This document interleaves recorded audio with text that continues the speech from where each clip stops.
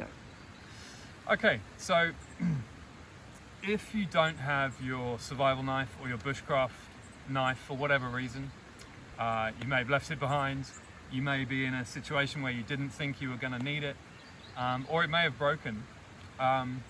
What we can do is, there's a few ways, some of which I cover on my courses here at Survival Courses Tasmania, but we're going to make a disc knife quite simply.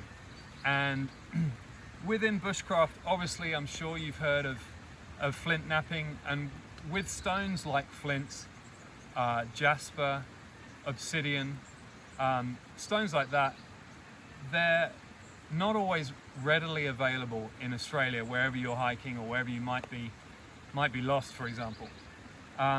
So I'm just going to use some random stones that are very, very typical wherever I've hiked all throughout Australia. They're pretty easy to find. Most hiking trails are pretty much follow either a dried up stream or a dried up riverbed, or there's some sort of watercourse that channels water after it's rained. So you'll find these stones on the path, or even scattered around, you know. So they're quite easy and quite sort of typical of an Australian, you know, stone that you might find lying around. Okay, so in the UK, it's much more prevalent. I was very used to finding flint. It's very easy to work with, and you can get some very, very fine tools, obviously, out of that. They've been doing it for absolute millennia, making tools out of flints. But if we don't have that, I'm just going to take a random stone here, and we're going to try and create a rough sort of disc knife, some sort of cutting tool, quite simply. So I've got my hammer stone here, and I've got a nice rock here laying on the ground ready for me to hit this stone with. It doesn't even matter if you can identify the stone or not. That's not important. That's the whole point of what I'm trying to say here.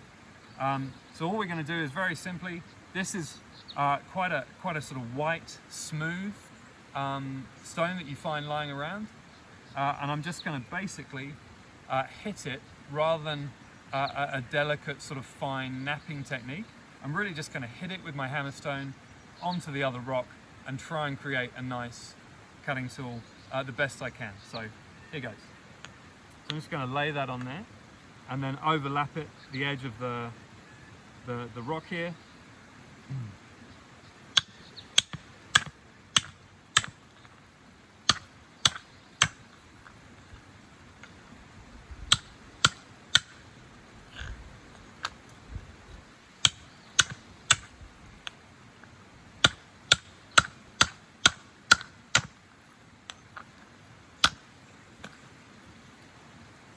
Okay, now that took a few hits, as you can see, but what we have is the way the rock is made up. You can see actually, if I run my thumb gently along the edge, this isn't going to be as sharp as a decent sharpened survival knife or bushcraft knife. That's not really the idea. I mean, that would be an ideal, but what we've got here is two reasonably sharp edges.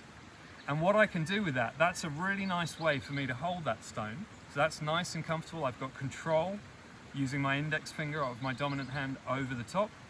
This part fits nicely in the palm of my hand. And then I've got two quite nice cutting surfaces. What I can do with those is I can cut all sorts of cordage, vines, bits of plant material to make cordage. I can cut some meat with that. There's really a lot you can do. You can even cut strips of clothing if you need to make something like charcloth, which we also cover on our courses. So this is a very useful tool out of nothing but a regular, typical stone lying around on the trail.